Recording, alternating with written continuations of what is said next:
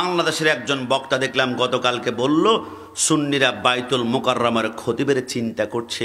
খতিব তো দূরের কথা, বাইতুল মুকাররমার টয়লেট পরিষ্কার করার ক্ষমতাও নাকি সুন্নিদের নাই। যতই জিলাপি খাও তোমাদের জাতীয় মসজিদের খতিব হওয়ার কপাল হবে না।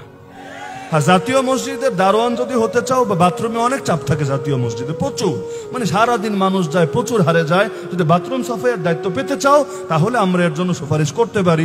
আমি বলেছি খোদার কসম সুন্নিরা মেথর হতে পারে, হাজারবার বলেছি সুন্নিরা মেথর হতে পারে, সুন্নিরা শ্রমিক হতে পারে, সুন্নিরা রিক্সার ড্রাইভার হতে পারে, ভ্যান চালক হতে পারে, কুলি হতে পারে, মজুর হতে পারে, কিন্তু সুন্নিরা মনে রাখবা দুনিয়া সব একদিকে করে ফেলবে, কিন্তু নবীকে তারা কখনো ছাড় দিবে না, নবীর বিরুদ্ধে কথা বললে ছাড় দিবে না। আমরা সুন্নিরা দুনিয়ার মসনদের জন্য, ক্ষমতার জন্য কখনো ইমান বিক্রি করি না।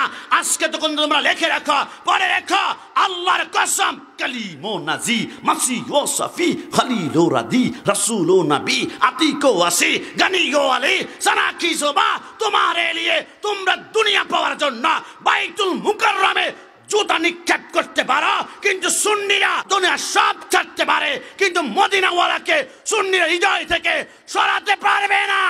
ডান হাত তুলে বলো ঠিক কিনা?